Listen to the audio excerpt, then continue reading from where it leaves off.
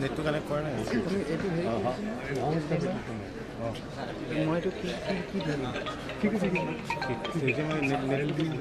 নেটটো তাত আছে কি ধৰিম অসীম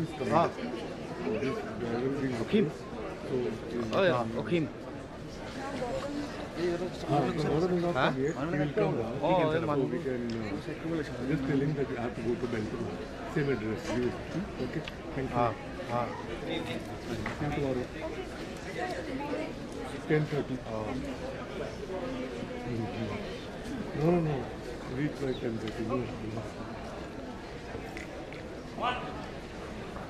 Namaskar. A very good evening to all of you. So dear guys, আমাৰ মাজত যিহেতুকে বহুতো অতিথি আছে যিসকলে অসমীয়া কথা বুজি নাপায় আপোনালোকৰ অনুমতি লৈ বাকীখিনি কথা মই ইংৰাজীতে আগবঢ়াই লৈ যাবলৈ আপোনালোকৰ অনুমতি বিচাৰিছোঁ A very honored Manisha Koiralaji, Shina Madam, the officials of the Brahmaputra Literary Festival led by Mr. Pramod Kodikadamoria. At the very onset, I would like to welcome you all to this beautiful evening for an interaction with very renowned actress Manisha Koiralaji. It's indeed a great day for us today, and at the very onset, I would like to invite on stage Mr. Pramod Kodikadamoria to kindly honor Manisha Koirala Madam with a Pranam Gamasar.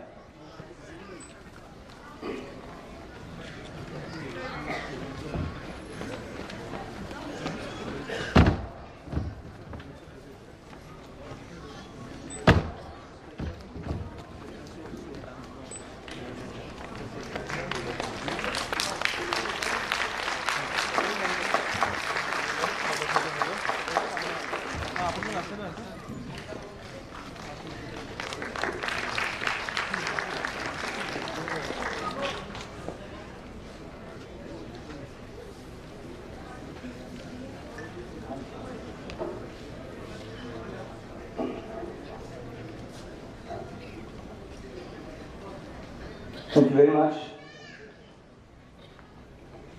The august gathering may be wondering as to why, how this gentleman is here sitting on the standing on the dais. I would like to thank Rahul Jainji for giving this opportunity to Deepshika Foundation. I stand here on behalf of the foundation. I'm a worker in the foundation. I also work for the government of Assam in Mumbai. It is indeed a day of great importance to us because, Madam, we don't use the word survivor, we use the word fighter or victor.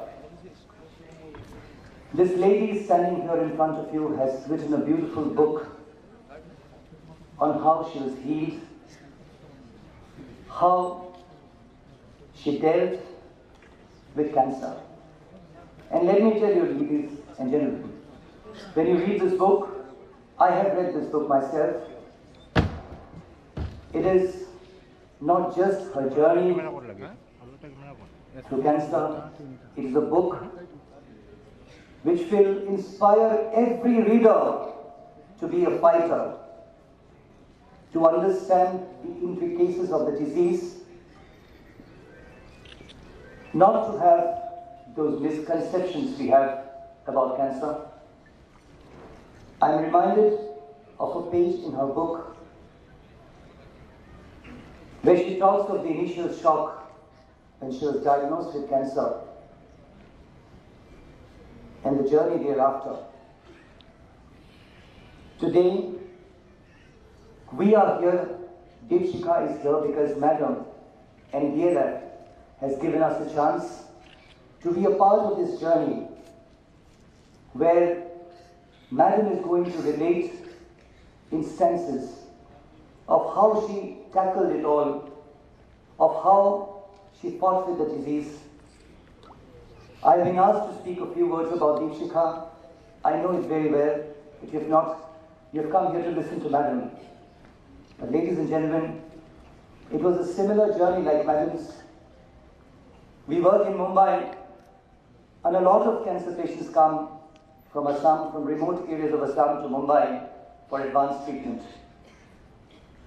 And you'll be surprised to know that half of them go back home without finishing their treatment because they would have sold off their land and property in the villages of Assam to remain alive, but all they thought of was the cost of treatment. Cancer, as we know, can be very expensive. A simple mastectomy in a hospital like Tata Hospital, which we know to be free, can cost you 70,000 rupees, which is quite a lot of money for a person who has just a small plot of land. Now, with a lot of advancement in Assam and the neighboring states, still a lot remains to be done. Except for Assam, little bit of Manipur and Mizoram, Arunachal is yet to have a proper cancer center. Tripura a bit, Assam definitely in terms of advancement is number one. But when we take the Northeast, the entire Northeast in general, the system, the whole scenario is pathetic. These are things we'll discuss today. In our own humble little way, we try to provide shelter to those people from Assam, patients, economically challenged patients from Assam who come to Mumbai. We are trying to run a hospice in Mirza. Hospice means a place where terminally ill cancer patients come. Most of these patients who come to us come in the late third or fourth stage. And the doctors at the Tata Memorial Hospital or Bibora Cancer Hospital or any hospital in Guwahati, they tell them that there's nothing much we can do. I wish you came earlier on. At that point in time, they need palliative care. So this is a palliative care center. A children's home, which Madam has just visited. These children, not all of us can go to Mumbai. Not all of us can go to Chennai. Today, I stand here in front of you to tell you about the hardships and the stage through which cancer patients from Assam undergo. It's very important for us to understand the situation today. And let me tell you, my dear friends, there is a lot to be done in the field of cancer. And I believe all of you, it is our mission to talk to people and make them understand the intricacies of cancer. Once again, I thank DLF for having given us this opportunity to speak a few words regarding Deepshikha, to be associated with this August gathering. I end here with this small appeal. We need to sow a thought, my dear friends. Let us sow a thought to reap an act. Sow an act to reap a habit. Sow a habit to reap a character. Sow a character to reap a destiny. Thank you very much. I would like to introduce my friend Shana Balam, a great friend of Deepshikha. Today, when he came to visit our homes in Mumbai, he said, Debashish, I'm sure I'll try my best to do something. And lo and behold, Manisha ma'am is here with us today because of the efforts of Shana Balam. I thank him. He is the producer of great films like Lunchbox, and we know Danuda's Bhoga Kiriki that was produced by Shanab. So I'd like to request Shanab to take this evening forward. Thank you very much, Shanab. Great friend of Deepshikha, we're really grateful to you. Please, over to you. Thank you very much. Thank you.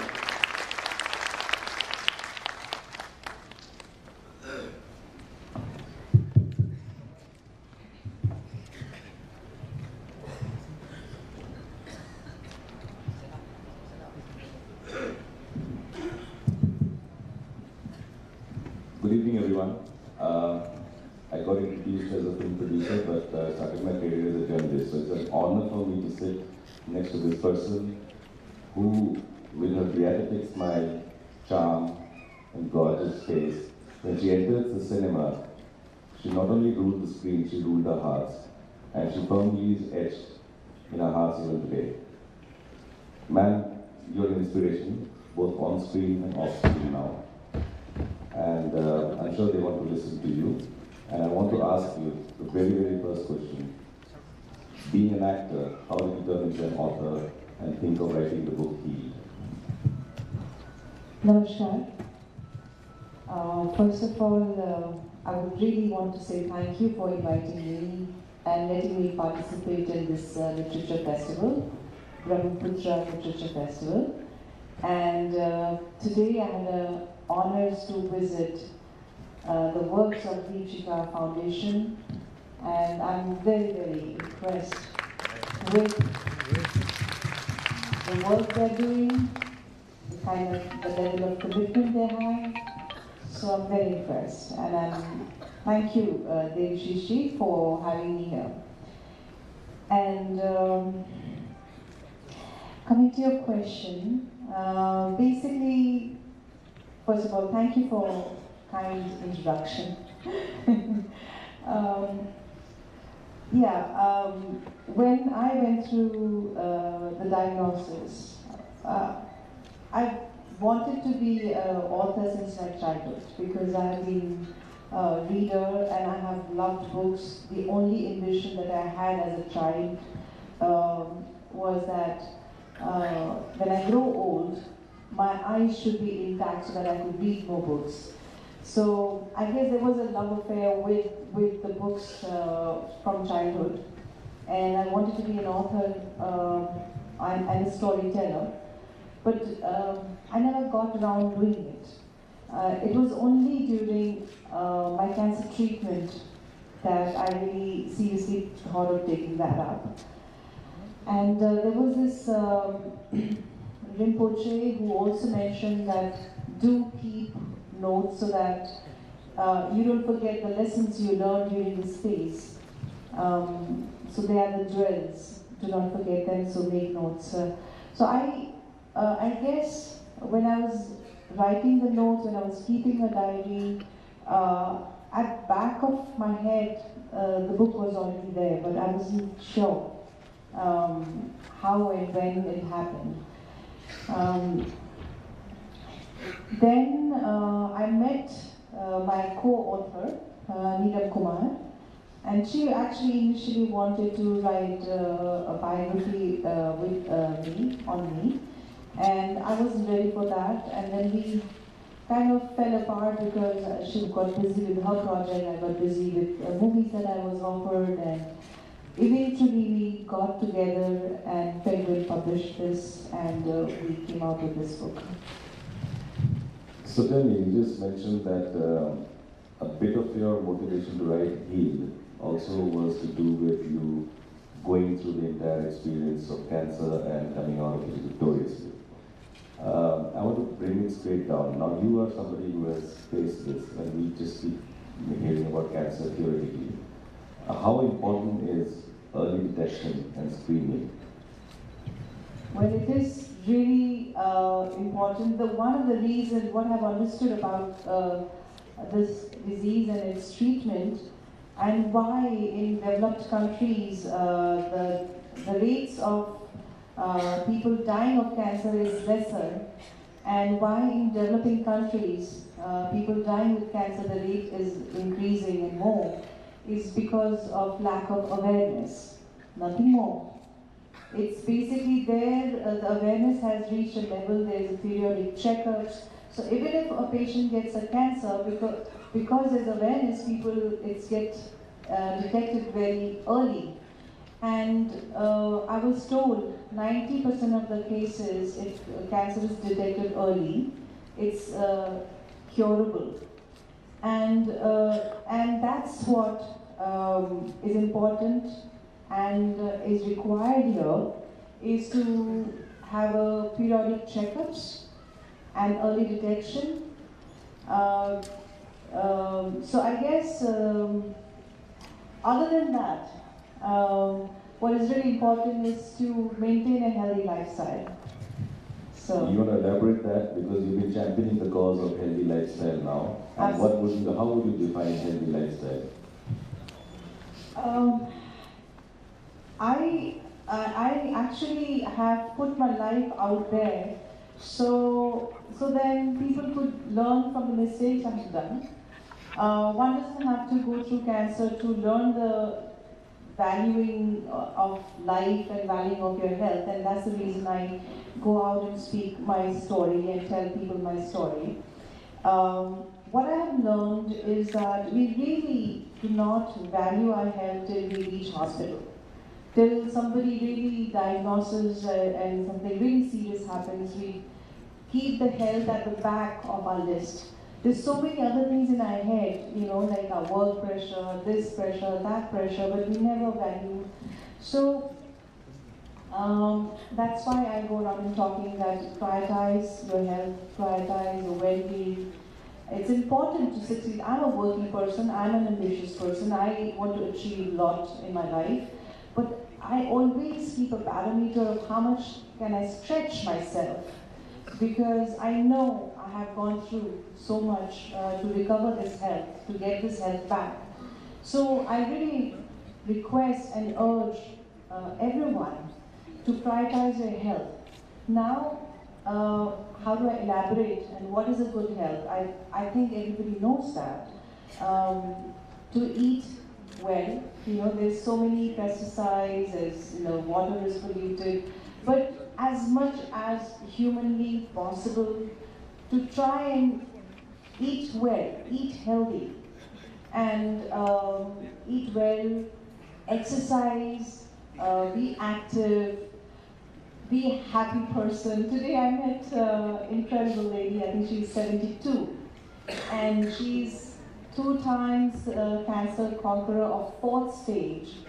And I was really intrigued with her, and I kept on asking her questions. And one of the things she kept on saying is, be happy. And I was really, that is the key, is to be happy. Now, people say, oh, there's so many problems are happening, how can we be happy? But I feel to be happy is our choice. Life can throw so many troubles there. All of us have problems. All of us, life is not bed of roses. Everybody has challenges, everybody has problems, but it's how we take the situation. Do we want to be the victim or we want to be the victor is in our hand. I feel that's why people who have this attitude of finding some lessons, even in the darkest of hours, they are the people who are winners. And that really reminded me of that. So she really symbolized, to me, was to be happy is really our choice. And it is utmost important to be healthy and happy. And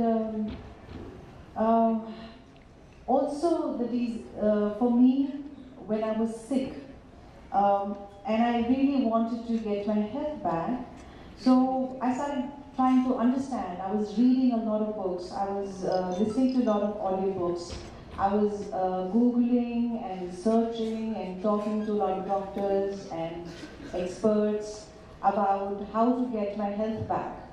And in that whole process, what I understood was that physical body is one aspect, but equally important is our mental health, our emotional health. So how do we keep that in balance? How do we live a balanced life? That's another thing that we need to look into. We are eating right, we are going to a right doctor, but somewhere if we have a baggage and we have resentments or hurt or anger and we've not dealt with that, I wonder if we can completely heal if we don't look after our emotional or mental stuff. So all the levels of our well-being we need to look into. Our physical health.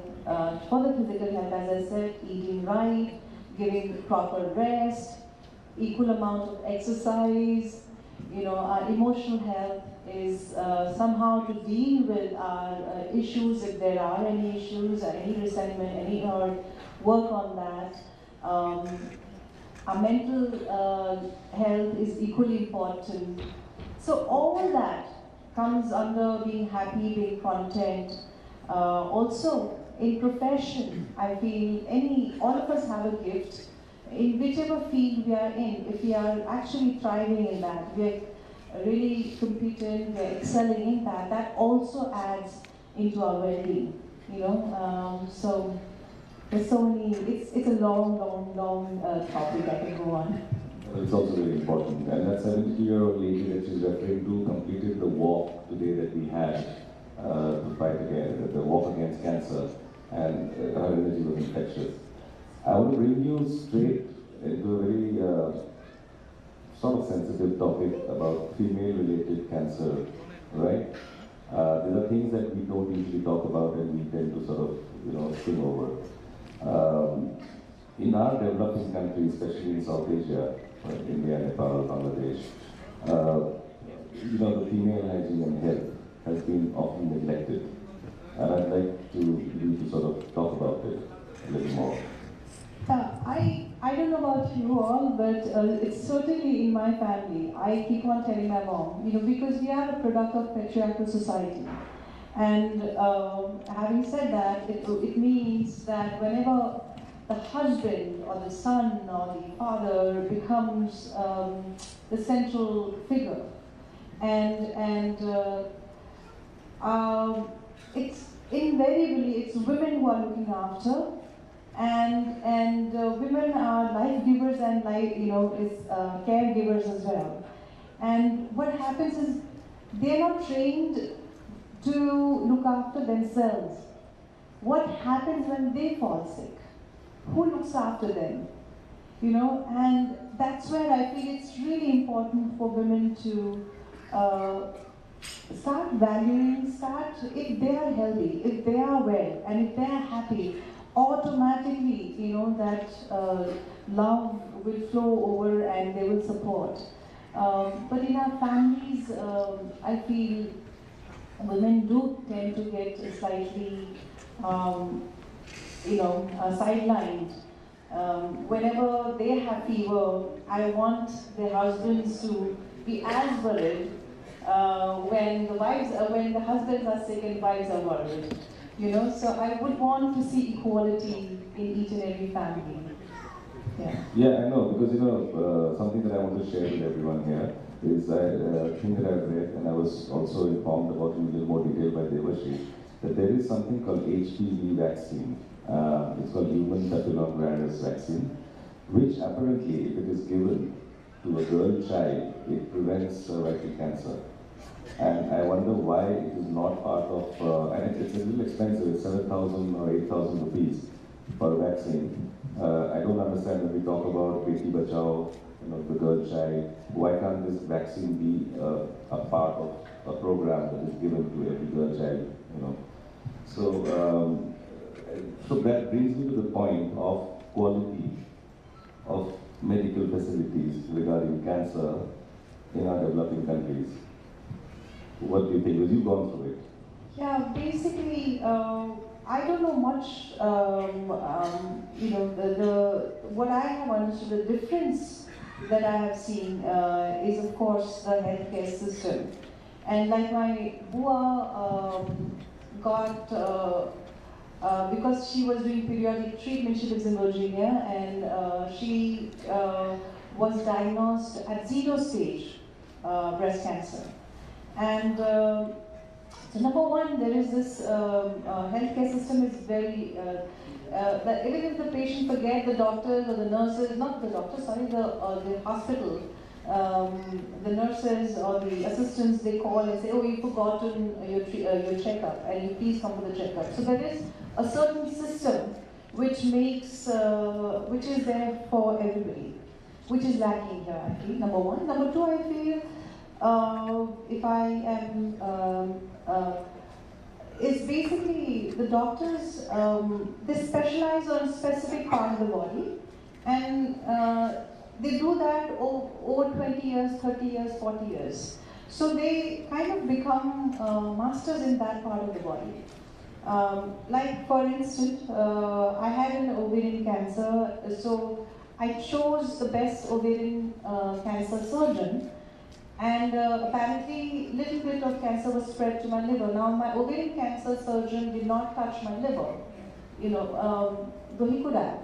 So the other liver specialist came and he did the operation on me. So I guess because they focus on one aspect of the body and they become master in that one part of the body. So I guess that's why the surgeries are better. So let me ask you point blank, the medical treatment, quality of the medical treatment here as opposed to in the West, in the US, is the difference just in awareness, or is it also the way they treat? I guess there are more funds over there. There are a lot more researches over there that are happening. The post-care after the operation, because of hygienic levels, it could be better. I have to say though in America, my oncologist was Indian American. My surgeon was Dr. G. He was from, but he was also Asian American. So I mean, a lot of Asians have gone and established themselves in the United States. So, and I know some brilliant doctors in India. And I know some in Nepal, few cancer patients who were treated and they're fine. So I really don't know what is really lacking, but in my thing, as I saw, probably as far as I know, it just a specialize in one area, that makes a person more, I guess, expert in that. Other than that, I think we are highly qualified here. But of course, we do need a supporting system. We do need a good healthcare thing to fall back on, and so on and so forth. Yes, so awareness plays a role. And absolutely, awareness is definitely the key. Early detection. I'd like to appeal everybody here that I think we all need to do a bit, a small bit, to try and see as far as how much we can do to various hospitals, doctors, organizations that are engaged in cancer care and try and spread the word around. I'd like to take this opportunity to address a very specific thing that the doctor once told me in Bombay. The statistics we all know, I think most of us know that the number of cases of cancer is highest in the Northeast, from the Northeast. I asked the doctor why. He said there are various reasons, and then he says the highest number of cases of cancer amongst all of that is the ENT. So, tobacco obviously is a problem, but we in the Northeast have a habit of having the tamul and tuna, right? Apparently, these two things, when tamul is not dried, when we have a habit and we love our tamul, mixed with tuna is straight poison. And I want to tell this to everyone. And this is an opportunity, I think, I don't know how many of us know this, but it's worse than any other kind of catalyst for cancer. Let me come back now. Today you went to the children's home, Shishu Ashraya Sthal of the Deepika Foundation. What was your feeling and how was it? Well, again, I'm in full admiration of the Deepika Foundation. They're doing incredible work. When I went to the children's home, I realized somebody has already achieved my dream. And that was actually for me, I wanted to open a dharmshala or some kind of a home where poor cancer patients who come to who come to Mumbai, and they cannot afford to stay in a high-priced rental apartments, or they come to Tata So here, Deep Shikha Foundation has already made a home for cancer patients. As we all know that cancer treatment is, it takes long time. You know, it's expensive. Other than that, it's long. It's like at least 6 months and beyond. So for those 6 months, where would they stay? And it's not only the patient, it's the family members who are also with the patient. So normally the rentals are so expensive. As Devashishji was saying that they come they keep in mind the treatment money, but they forget that they have to pay the rental, they have to, how would they? So most of them, they actually return without taking the full treatment because they can't afford. So here the children's home was for all cancer affected children. They can come and stay free of cost, and I think food and the stay is available for them while they're taking treatment in the hospital. So it's incredible work. Hats off to the Chika Foundation. They're doing really good work. Okay, now that you have said that you love books and you always want to be an author and you have become one, will more books follow? Absolutely. I have many stories to tell. I don't know if it's going to be as good or not, but I have many stories in my head. I hope someday I would, maybe this year itself, I will, towards the end of this year, I will start penning it again. Super. But we are already very happy that after a break, you have come back into cinema. And I'd like you to talk a little more about that because, of course, you never went out of our hearts. But now that you're back on the screen, it'll be great. And I take the liberty of saying that we'll very soon see Manisha along with our very own Adil in an international project. I'm letting the cat out. So please talk a little bit more about that. Yeah, it's, you know, I feel really honored and loved. So many people have embraced me as an actor. And so it's I think it's a huge, I feel so much of love, and I feel such huge amount of gratitude that I receive so much of love. It's very humbling. I love my work. I love films, I love acting. So always in the back of my head when I was in hospital, that I was thinking that when I'm well, I want to act again, and I want to act in good cinema, and I want to work with good directors and good actors. And so here I am again, and I did Dear Maya, I did Sanju, I did lots of movies, and there are a few interesting projects. Adil is from here, and he's such a brilliant actor. He's such a brilliant actor. I'm a big fan of his work. So is Seema Biswas, you know. I had an opportunity to work with her in Khamoshi. She's a brilliant actor, and in fact, right before I was diagnosed in Kathmandu, I was watching her play, and after 2 or 3 days I was diagnosed actually, just before that I was watching it. So she's also an incredible actor. So it's and she's also from here. So I am very keen to be working with Adil in our project. Yeah. Friends, Manisha Koirala, I don't know if it's a better example than her as far as this human spirit is concerned, and I think she deserves a standing ovation.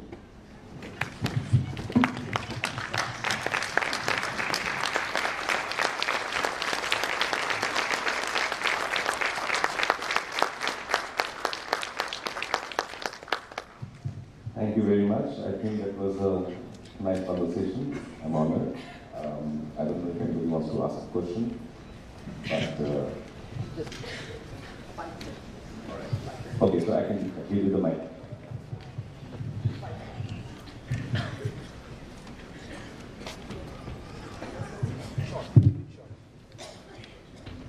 Good evening, ma'am. Ma'am, my question is that you fight the cancer and you were back to the film. My just one question is, what is your favorite film from the beginning till Sanju? And also you did Sanju and you played a role of Nargis, and also Nargis was battling from cancer. She also died from cancer. While shooting, what was your feeling? Basically, there were few directors that I really enjoyed working with: Mani Ratnam sir, Sanjay Bansali, Mansoor Khan. So I enjoyed working with good directors, and I guess all of these brilliant directors that I worked with, I have enjoyed. Be it Dilse, Bombay, be it Khamoshi, Akele Hum Akele Tum. So all of these are my favorite. Of course, Sanju. So, yeah, it was. I was very nervous to play Nargis Darshini. She is an iconic figure of Indian cinema, and she's not only the most gorgeous, but so super talented. How will I portray? And then also, of course, the fact that she had the same element. So I was very shaky and nervous, but I'm glad it went through well. Yeah, good evening. I have just one question. When a person is diagnosed with cancer, it's not the only person, but also his or her family members that who are go through a mental trauma. So, what are the suggestions that you suggest that a family of a cancer patient do to make the person comfortable? Couple of things that I really want to say is now more and more research is being done, and I was very curious, so I used to ask a lot of oncologists, a lot of doctors, that why certain patients do well and why certain patients don't do well. And one of the common things that I heard was patients who do well, they have great family support. So that means for our well-being, for our health, it is so important to have good circle of love. People who care for us, person who really loves us. So, and in Harvard also, there was a study which talks about how happiness is related to health. So, in times of difficulty, it's when our relationship is tested. It's when it becomes either it becomes strong or it falls apart. So I feel a good family support. You rightly said when you said cancer doesn't only affect the patient but the family around, and I could see that in my family. I could see how helpless they were feeling. They wanted to help me. They wanted to do something, but they couldn't. And it's a long process. So it is a lot of trauma for the family member. And I feel sometimes for the family member it's more than the patient. But again, I think any challenging situation, one's character is shown, one's relationship is shown, one's strength is shown. So we need to work on that and support each other in crisis. Thank you. Thank you. Good evening, Manisha. How are you doing? I'm doing very well. You still look very pretty. You look amazing. Still? What do you mean by still? I think you look better. So the question, you mean to say people who grow older, yeah, are beautiful? Yes, the beauty lies in the attitude of the beholder. And welcome to Assam. My question is, what do you say about God and his or her blessings in terms of people who are suffering with disorders fighting it out? Sorry, what was exactly? What do you say on God or the Almighty and his or her support and assistance to us human beings who are fighting with cancer or other disorders? What is the role of God? Are you an atheist by any chance? No way at all. I respect all religions. Okay, so I was just having a conversation today, and I feel whom do you pray to doesn't matter so much as with what kind of faith and belief you're praying. Because I feel the strength is in our faith. The strength is in our belief system more than anything else. So if you really have full faith, it's definitely going to help.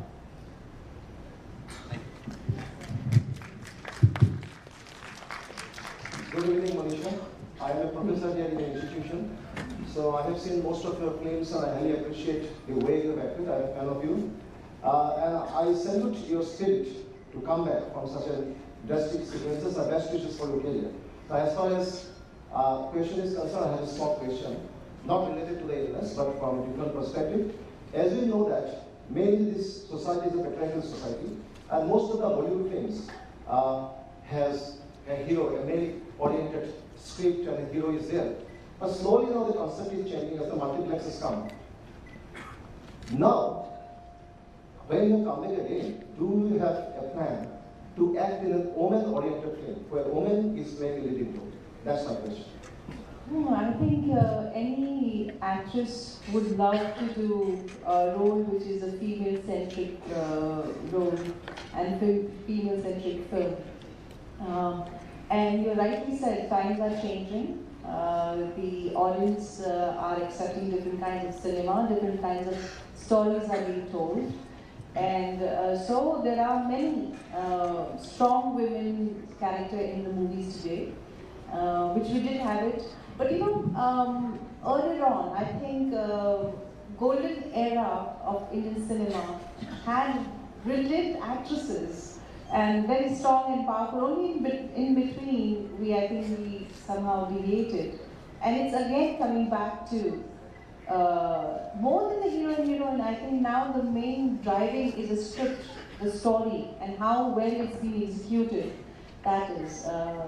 But yes, I'm an actress, and I would love if I could play a role of protagonist. It's a fitting finale. The last question must come from the host, the Brahmaputra Literary Festival chairman. Good evening, ma'am. Good evening, sir. If God was to give you the magical chance of living your life all over again, what would you do differently? Actually, this is my second chance to life, because I was diagnosed with late-stage cancer and I wasn't sure whether I was going to live or not.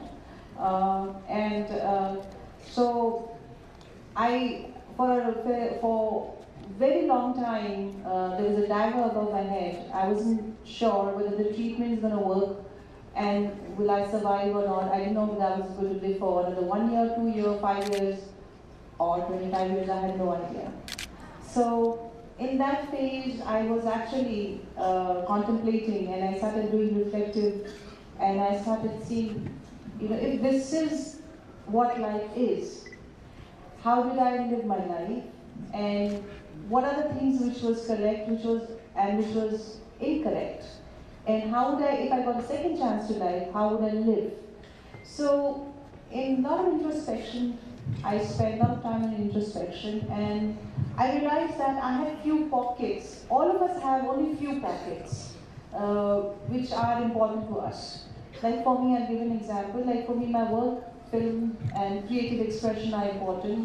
For me, my family is important. For me, my health has become like very, very, very, very, very important. And for me, serving people in some small capacity is important. So there were few pockets in my life which I really wanted to live each pocket with 100% capacity.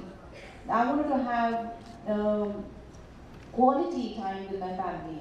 I really wanted to have a strong bond with my family. Now, having said that, it's not as if every time, you know, I'm a goody girl. I have fights with my parents, I have fights with my friends. But back of it all, there is a strong trust and strong respect and strong knowing that, you know, I have a bigger picture in my head. And I know that what I'm spending time with them is really, really valuable. So it's all about prioritizing. And for my work, because this work is my backbone, because it's something that I really love, I must honor the projects that I take on. So it's no longer how much money I'm earning. Of course, money becomes important, but more than that, will I enjoy my work while I'm on set? Will I really feel good? Because filmmaking is such a long process, you know, sometimes more than a couple of months. And will I really enjoy the company of the directors and the actors and people involved in the project? So the whole way of looking at life changes. So everything I started seeing things from valuing my time, valuing other people, and basically in constantly checking that am I on my right path? Am I doing anything where I'm not comfortable?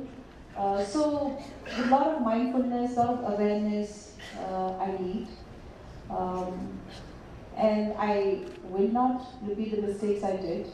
I took my health for granted, and I don't know if that caused the health crisis in my life or not, but definitely it did help me. And I will not do what I know are not good for the health. So that, and basically, this whole life is such a gift. And when I had cancer and I was going for walks and I really wanted to hug people and tell them that, just it's such a gift to have this life. It's such a gift to have a healthy life.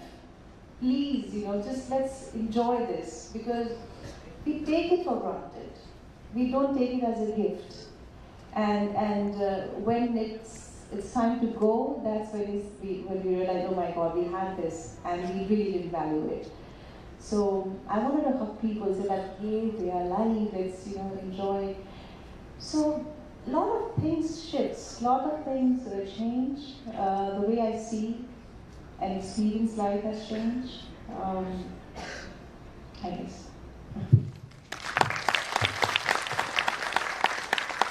Thank you, Manisha. You're very dear to us, and thank you for those sharing your thoughts. I thank you, Deepshika, the entire team. Your work gives meaning to the expression service to humanity. And thank you, Brahmaputra Literary Festival, for providing generously the stage so that we all could interact with Manisha. Thank you very much. Good evening. Thank you.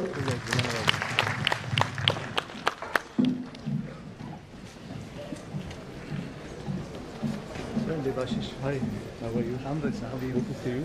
Same here, sir. So now